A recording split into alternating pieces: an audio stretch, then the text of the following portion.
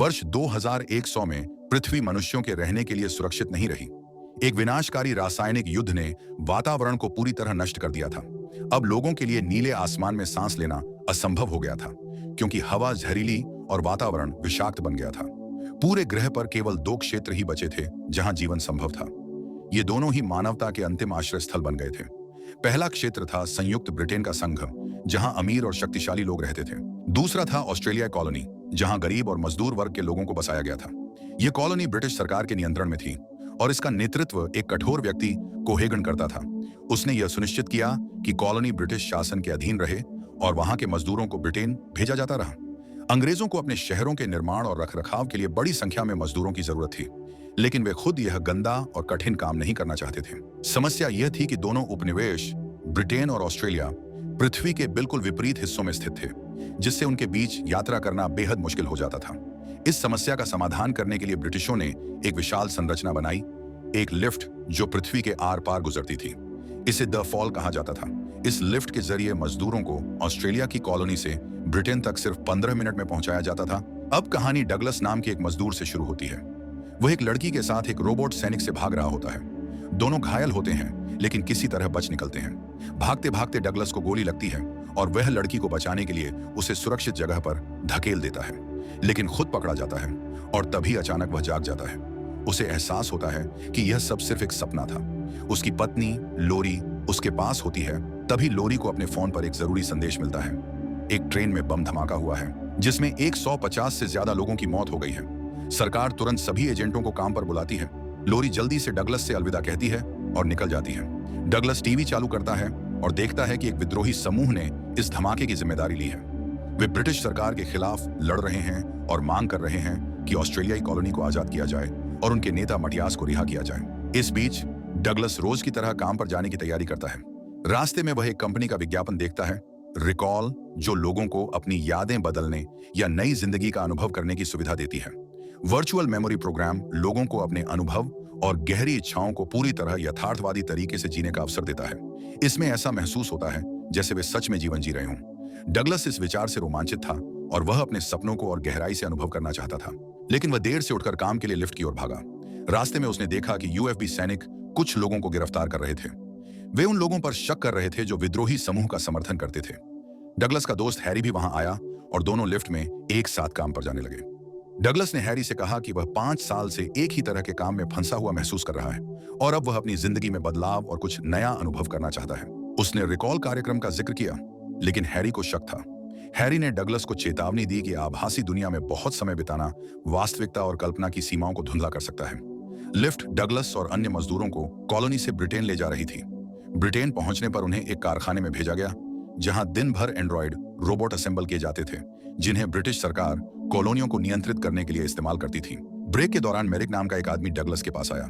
उसने कहा कि उसने लिफ्ट में डगलस को रिकॉल प्रोग्राम के बारे में बात करते हुए सुना। मेरिक ने बताया कि वह खुद इस प्रोग्राम का उपयोग करता है और इसे डगलस को भी आजमाने की सिफारिश करता है। उसने डगलस को एक कार्ड दिया जिस पर नामित डीलर का संपर्क विवरण लिखा था। मेरिक ने कहा कि अगर डगलस इच्छुक है तो वह इस प्रोग्राम को आजमा सकता है। रात को डगलस को वही सपना फिर से दिखाई दिया जो उसे जगाता है। आधी रात में अपनी पत्नी लोरी को शांति से सोते हुए देखकर डगलस ने फैसला किया कि वह हिम्मत जुटाएगा और मेरिक से संपर्क करेगा ताकि वह रिकॉल प्रोग्राम का अनुभव कर सके। डगलस अपनी कल्पना को और गहराई से अनुभव करने के लिए आधी रात को मेरिक के पते पर पहुंचता है। मेरिक उसे रिकॉल प्रोग्राम के बारे में विस्तार से समझाता है।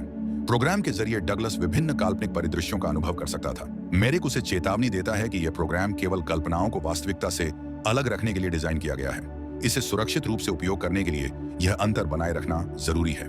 डगलस सहमत हो जाता है और मेरिक उसे तैयारी के लिए तैयार करता है। प्रक्रिया के दौरान मेरिक डगलस को एक इंजेक्शन देता है जो उसके मस्तिष्क की यादों को अनलॉक करता है, लेकिन डगलस को एक झटका लगता है जब उसे एहसास होता है कि मेरिक असली है और वह वास्तव में वह नहीं है जो वह समझता था। दरअसल डगलस एक जासूस था जिसकी यादें किसी ने मिटा दी थी। मेरिक क्रोधित हो जाता है और जानना चाहता है कि डगलस असल में कौन है और वह ऐसा क्यों दिखावा कर रहा है। तभी कुछ पोलिश सैनिक कमरे में घुस आते हैं। मेरिक उन्हें मारने लगता है जिससे डगलस भ्रमित हो जाता है, लेकिन जैसे ही वह अपने शरीर पर नियंत्रण करने की कोशिश करता है, अचानक उसकी यादें ताजा हो जाती हैं। उसे पता चलता है कि वह खुद आसानी से सैनिकों पर हमला कर सकता है और उन्हें एक एक करके नीचे गिरा देता है। वह यह समझ नहीं पाता कि ऐसा कैसे हो रहा है, लेकिन स्पष्ट है कि किसी ने उसके दिमाग के साथ छेड़छाड़ की है। डगलस अराजकता से बचकर भाग जाता है और अपनी पत्नी लोरी को सब कुछ बताने का फैसला करता है। लेकिन जब वह उसे गले लगाने की कोशिश करता है तो लोरी उसे रोकती है और बंदूक की नोक पर पकड़कर बताती है कि वह नहीं है जो वह दिखता है। दरअसल लोरी कोहेगन द्वारा नियुक्त ब्रिटिश एजेंट थी। पिछले 5 सप्ताह से वह डगलस पर नजर रख रही थी और उसकी पत्नी बनने का नाटक कर रही थी। वास्तव में वह डगलस की असली पत्नी नहीं थी। उसकी यादें मिटा दी गई थीं और नई यादें डाली गई थीं ताकि वह विश्वास कर ले कि वे 7 साल से शादीशुदा हैं। सच यह था कि डगलस का पूरा जीवन एक झूठ था। सच्चाई का पता चलने के बाद डगलस का जीवन हिल गया। वह महसूस करता है कि उसे धोखा दिया गया है और उसके पीछे ब्रिटेन का नेता कोहेगन हो सकता है। उसकी यादों और पहचान के साथ की गई हेरफेरी को देखकर डगलस ने मामला अपने हाथ में लेने का फैसला किया और कुछ एंड्रॉयड रोबोट के साथ भागने लगा। लेकिन जब वह भागता है, लोरी पुलिस को सूचित करती है और वे डगलस का पीछा करने लगते हैं। अंततः डगलस पकड़ा जाने ही वाला था कि उसे किसी अनजान व्यक्ति का फोन आता है। डगलस डर के मारे कॉल का जवाब देता है, यह सोचकर कि यह पुलिस हो सकती है। लेकिन फोन पर हैमंड नाम का एक आदमी बोलता है जो उसका पूर्व साथी जासूस होने का दावा करता है। हैमंड बताता है कि डगलस की असली पहचान और पासपोर्ट एक बॉक्स में बैंक में बंद है और उसे उन्हें पुनः प्राप्त करना होगा। हैमंड उसे अपने अतीत के बारे में सच्चाई बताता है और चेतावनी देता है कि पुलिस उसके हाथ से ट्रैकर ले सकती है। डगलस ट्रैकर को हटाने में सफल होता है, अपने हाथ की त्वचा काटकर उसे निकाल देता है और बैंक की ओर निकलता है। इसी बीच कोहेगन लोरी से संपर्क करता है। वह उसे निर्देश देता है कि किसी भी हालत में डगलस को मारना मत, क्योंकि वह उनके लिए बहुत महत्वपूर्ण है। लेकिन लोरी असहमत होती है और अपने आदमियों को कहती है कि मौका मिले तो डगलस को मार डाला जाए। वह कोहेगन को यह झूठ बताने की योजना बनाती है कि डगलस की मृत्यु हो गई है। डगलस बैंक पहुंचता है और गोलीबारी के बीच उस बॉक्स को खोज निकालता है जिसमें उसकी असली पहचान, पासपोर्ट और कुछ दस्तावेज हैं। बॉक्स में एक रिकॉर्ड भी होता है जिसमें उसका अतीत और ब्रिटेन पुलिस द्वारा बनाई गई वीडियो रिकॉर्डिंग शामिल थी। उसे पता चलता है कि उसकी यादें मिटा दी गई थीं और अब वह अपनी असली पहचान को फिर से प्राप्त कर सकता है। डगलस लिफ्ट का उपयोग करके ब्रिटेन जाता है, लेकिन लिफ्ट से बाहर निकलते ही उसे गार्ड पकड़ लेते हैं। तभी उसके सपनों की लड़की मोलिना प्रकट होती है और उसे गार्डों से बचा लेती है। साथ मिलकर वे सफलतापूर्वक भागते हैं। रास्ते में मोलिना लड़ाई में बेहोश हो जाती है। डगलस उसे अपनी बाहों में उठाकर अपने घर ले जाता है। बॉक्स में एक और रिकॉर्डिंग मिली जिसने कार्ल डगलस के अतीत के बारे में और चीजें उजागर कर दी। रिकॉर्डिंग में पता चला कि असल नाम कार्ल था और उसे कभी ब्रिटेन के लिए एक एजेंट के रूप में काम सौंपा गया था। मोलिना और विद्रोही समूह से हुई एक बैठक के दौरान कार्ल को एहसास हुआ कि ब्रिटेन जो कर रहा था वह कॉलोनी के लोगों के साथ गलत था। उसे पता चला कि नेता कोहेगन सिंथेटिक रोबोटों की संख्या बढ़ाकर कॉलोनी के मजदूरों को पूरी तरह खत्म करने की योजना बना रहा था ताकि अमीर लोग और अधिक संपत्ति और रहने की जगह हड़प सकें। यह जानकर कार्ल ब्रिटेन के खिलाफ हो गया और विद्रोहियों में शामिल हो गया। उसे यह भी पता चला कि ब्रिटेन के एक उच्च स्तरीय कार्यक्रम ने उसके मस्तिष्क में एक किल कोड प्रत्यारोपित कर रखा था, एक ऐसा कोड जो सभी रोबोटों को निष्क्रिय कर सकता था। जब वह ब्रिटेन के खिलाफ गया तो उसे पकड़ा गया और उसकी यादें मिटा दी गईं ताकि वह इस किल कोड का रहस्य उजागर न कर सके। अब कार्ल का लक्ष्य था उस किल कोड का रास्ता ढूंढकर विद्रोही नेता तक पहुंचना ताकि वे सेना को निष्क्रिय कर सकें और रोबोटों से खुद को आजाद कर सकें। मोलना ने कार्ल को बताया कि उनका सपना सच था और वे दोनों ब्रिटेन से भागकर एक नई शुरुआत करना चाहते थे। वे अपने अतीत की यादें ताजा करने लगे और फैसला किया कि वे साथ मिलकर भागेंगे। गोली लगने के निशान उनके चेहरों पर अब भी बने हुए थे, पर वे उम्मीद के साथ आगे बढ़े। तभी कार्ल के दोस्त हैरी आया, पर यह सामने आया कि हैरी भी एक एजेंट था जो दिखावा करके कार्ल का दोस्त बना हुआ था ताकि उस पर नजर रख सके। हैरी ने एक चौंकाने वाला खुलासा किया। वह कहता है कि कार्ल असल में डगलस नहीं है और जो कुछ कार्ल ने रिकॉल में अनुभव किया वह वास्तविक नहीं बल्कि काल्पनिक यादें हैं। हैरी का कहना था कि कार्ल की असली यादें झूठी हैं। कार्ल इस बात पर उलझन में पड़ गया कि किस पर भरोसा करे, पर जब उसने मोलिना की आंखों में आंसू देखा तो उसे महसूस हुआ कि उसके लिए मोलिना के भाव वास्तविक हैं और वह उसे चोट नहीं पहुंचा सकता। दृढ़ संकल्प से कार्ल ने हैरी पर गोली चलाई और उससे बचकर मोलिना के साथ भाग निकला। बाकी गार्ड और लोरी की योजना विफल हो गई और वे उनका पीछा करते रहे, पर कार्ल और मोलिना एक कदम आगे रहने में सफल रहे। वे विद्रोही समूह के नेता मतिया तक पहुंचे और विद्रोहियों की मदद से कार्ल के मस्तिष्क से किलकोड हटाने का काम शुरू हुआ। आखिरकार विद्रोही समूह मतिया के नेतृत्व में सक्षम हुआ और वे किलकोड को निकालने की प्रक्रिया में कामयाब रहे।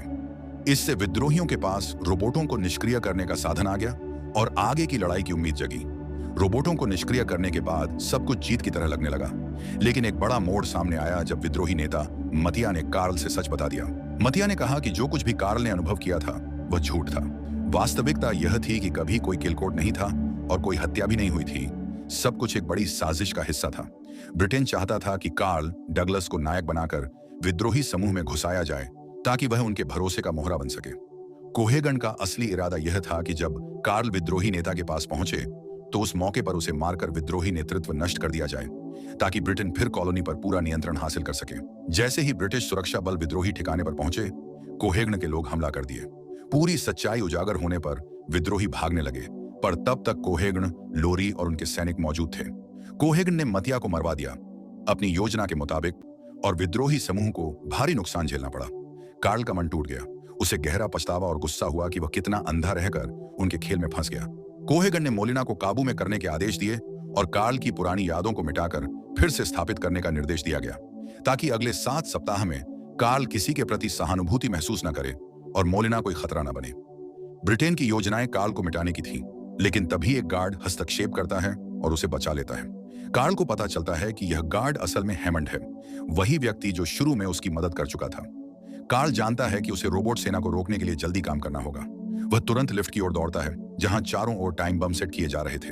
विस्फोट होने से पहले वह बचाव के लिए अंदर जाता है, लेकिन मोलिना पर हमला करने वाले सैनिक आ जाते हैं।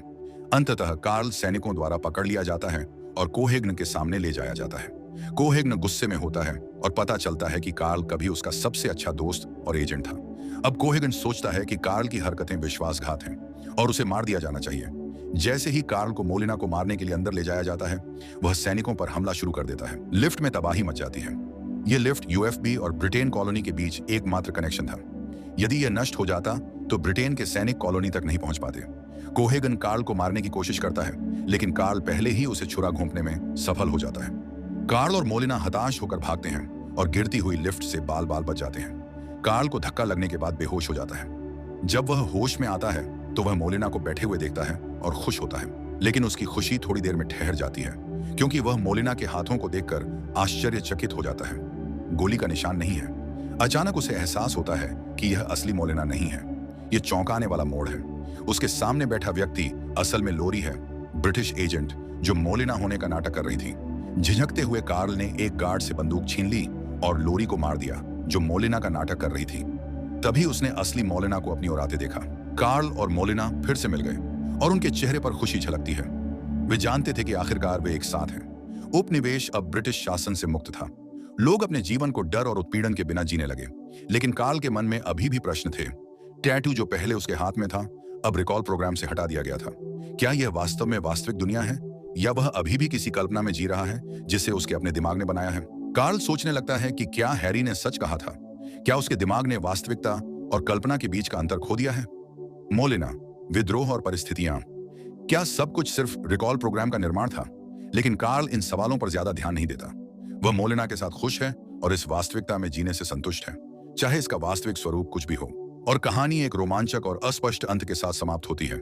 हम सबके मन में सवाल रह जाता है, क्या यह सब सच था या कार्ल केवल अपने मस्तिष्क द्वारा निर्मित दुनिया में जी रहा था? ये थी टोटल रिकॉल की कहानी। दोस्तों, अगर आपको वीडियो पसंद आया हो तो इसे लाइक जरूर करें और ऐसे ही कंटेंट और कहानियां के लिए सब्सक्राइब करना मत भूलें। आपका एक लाइक और सब्सक्राइब हमें और भी शानदार वीडियो बनाने का हौसला देता है।